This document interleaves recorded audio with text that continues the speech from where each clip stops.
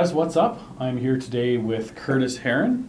Yep. He is a CEO coach. CEO Co-Pilot is the brand I go by, so it's not just about CEOs, but their teams as well. Awesome. So tell us a little bit more about what you do and how you work with businesses. Okay, well, probably the best way I can describe it is as a CEO Co-Pilot. It's I work with the leaders of organizations, typically they're fast growth organizations, and I help them help their visions take flight. Really, at the end of the day. Awesome. And what is your experience leading up to doing this? Wow, I'm built on a broad background of close to 20 years in management, executive management, and business ownership.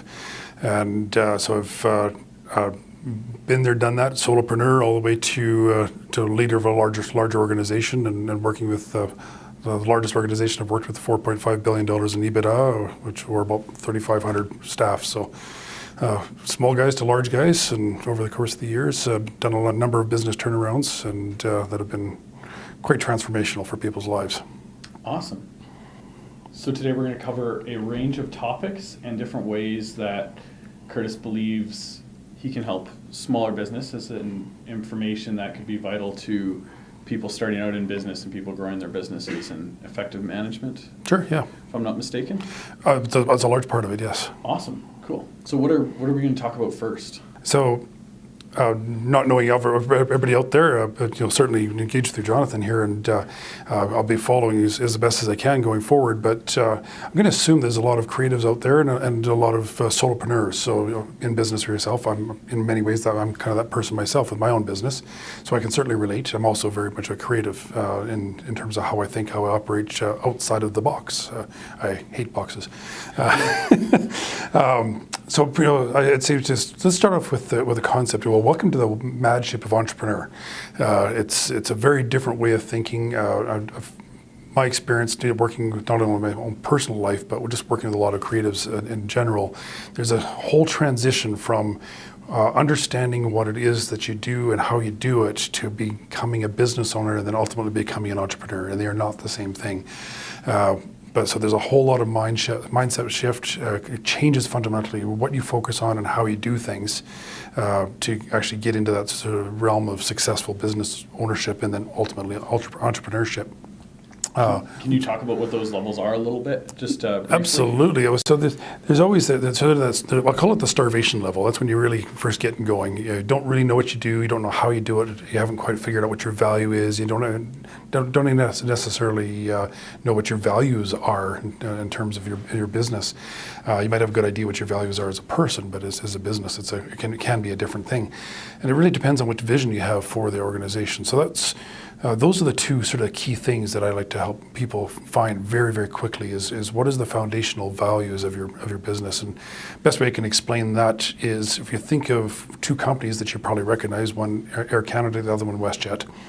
If I was to ask you to describe what kind of person that they are, not as an not as an organization, not as a company, but as a person, what would they look like? So let's play that game with you, Jonathan. Okay. So describe for me the kind of person that WestJet would be if you were to meet them on the street.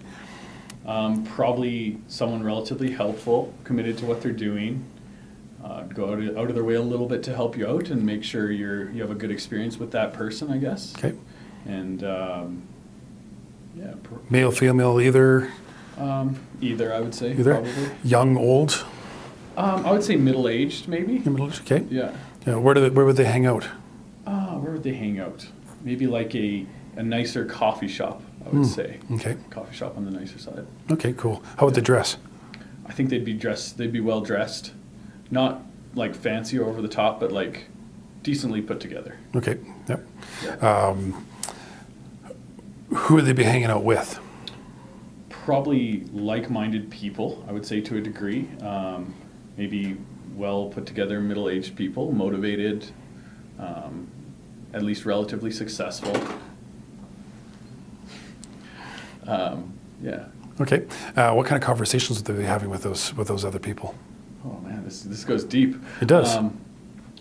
I would imagine conversations relatively in tune with what's going on in their lives, maybe a little bit goal-oriented, maybe experiences they've had in relations with people, Okay. helping people, and maybe ideas they have for the future. Okay. So fairly positive or fairly? Yeah, I would say fairly positive. Okay, so very forward-looking or Yeah, now looking or definitely backwards? forward-looking. Okay, forward-looking. Okay, so a lot of future focus kind of stuff. Okay, Yeah. cool. So I get an idea of what kind of values that person might have as a person. Now, same game, but it's a little bit faster. Air Okay. Canada. Yeah. I think slightly older. Okay. Doesn't really care about people as much. Maybe a little less friendly on the street. Kind of just trying to get done the minimum that they need to get their job done. Maybe not quite as well dressed. Maybe just a little bit lazier on the dressing. Okay. And, Maybe not so much lazy, but I want to make sure that we're polite because we're talking about different kinds of people, right? Yeah. So rather than sort of being lazy, let's just maybe say they're maybe more focused and more deliberate about the things they focus Yeah, focus maybe on. like put less effort into looking, or less effort into style and presentation. Okay, yeah, and maybe relationships as well. Yeah. Okay, that's cool. Okay. Yeah. So let's just stop you right there because I don't want to put you on the spot so much, but we get the idea of you got two different kinds of people. Yeah. And people do tend to hang out with like-minded people, and therefore you tend to attract people like that. Yeah. So, particularly as a creative, when you understand who your target audience is, who the people that you want to attract is, you start getting an understanding of what your value is to them, Yeah. and that always stems from your values. So if you value time and if you value maybe a bit more profitability, if you value getting things done and being focused on things, you may not relate to somebody that's going to hang out at a coffee shop and talk about politics or relationships that they've had or would like to have, or talk about the future, what the future can look like if we only did something a little bit better. They just don't have the time for that because that's not where their priority is. So neither of those two organizations would necessarily compete with one another. Yeah. So you're actually starting to see another magical business term that we call differentiation. Yeah. And you do it through attraction, and that leads to another concept which is incredibly important called marketing. And marketing is all about attracting people to what you have to offer. Right. Not selling, attracting. Uh-huh. And when you're clear about what it is that you have offer, what your value is, based on what your values are, you're going to be working with people that you want to work with, that they're going to want to work with you, and things become a lot easier and more in flow. If you want to use that, it's a lot less work, and it's a lot less this blast kind of stuff that we've all grown up around. But times are changing. Social media has certainly had a huge impact on that, but being grounded in who you are as an entrepreneur or as a business owner or as a technical expert in what it is that you do, whatever it is that you do, is one of the first and most important places to start, so that you can actually understand how you help people, and then you can understand how to attract them.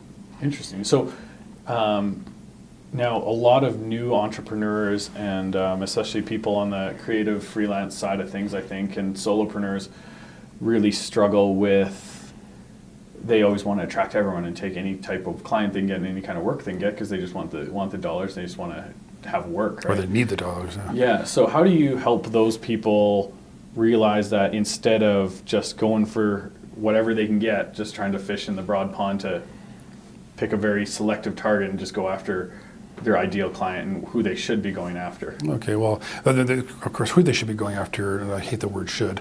We can should all of ourselves all day long, as it is through life. But if you are clear in who you're working with or who you are working for and how you help, it makes it a lot easier to understand. But I'm going to go out on a limb. I'm going to say probably 9, if not 9.9, if there's such a thing as a 0.9 of a person, out of 10 people came into this realm out of a job.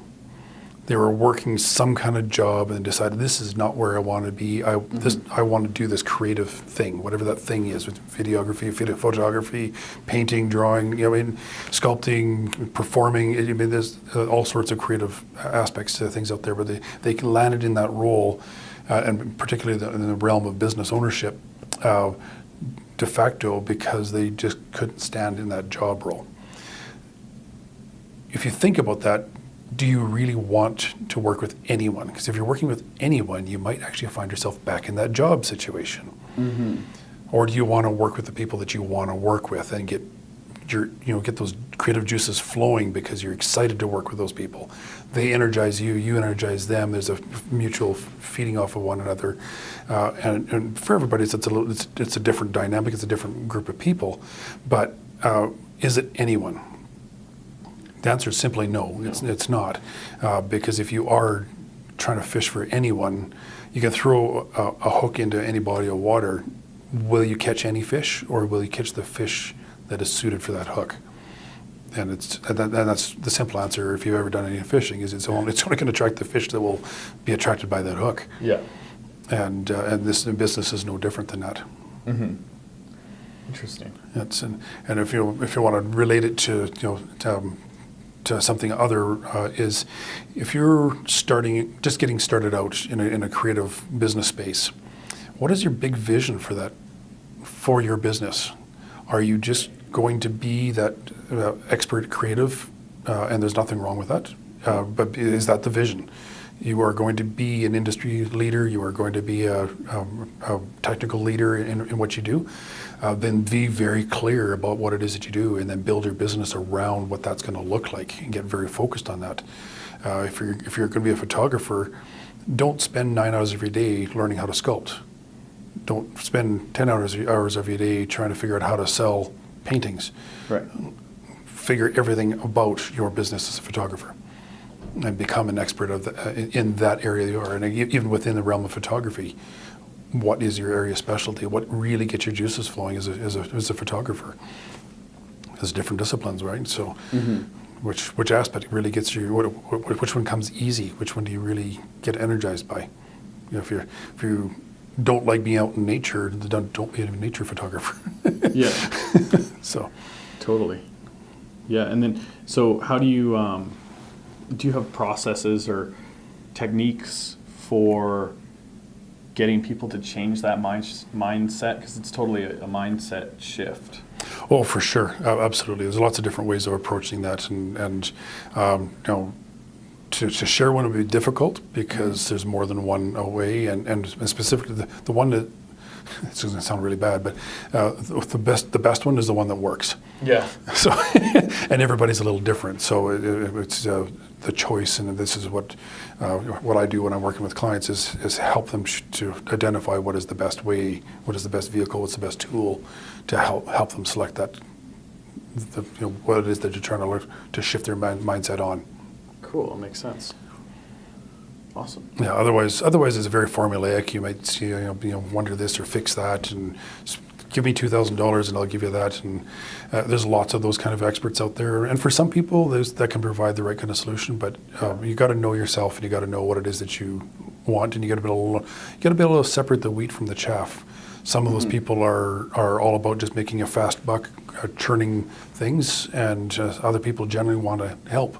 And learning how to differentiate that and discern which one you're dealing with, and what kind of programs that they have or offers that they have. Are they really valuable to you, or can you walk away? Yeah. Because there are really good salespeople out there. Yeah, for sure. And a good number of people, particularly in my industry, have left a number of people broken. Yeah. By not necessarily offering what the individual person needs. So I just caution you, be professional and be aware of what it is that you need, and don't just be quick to jump on the next biggest thing because you got a certain pain.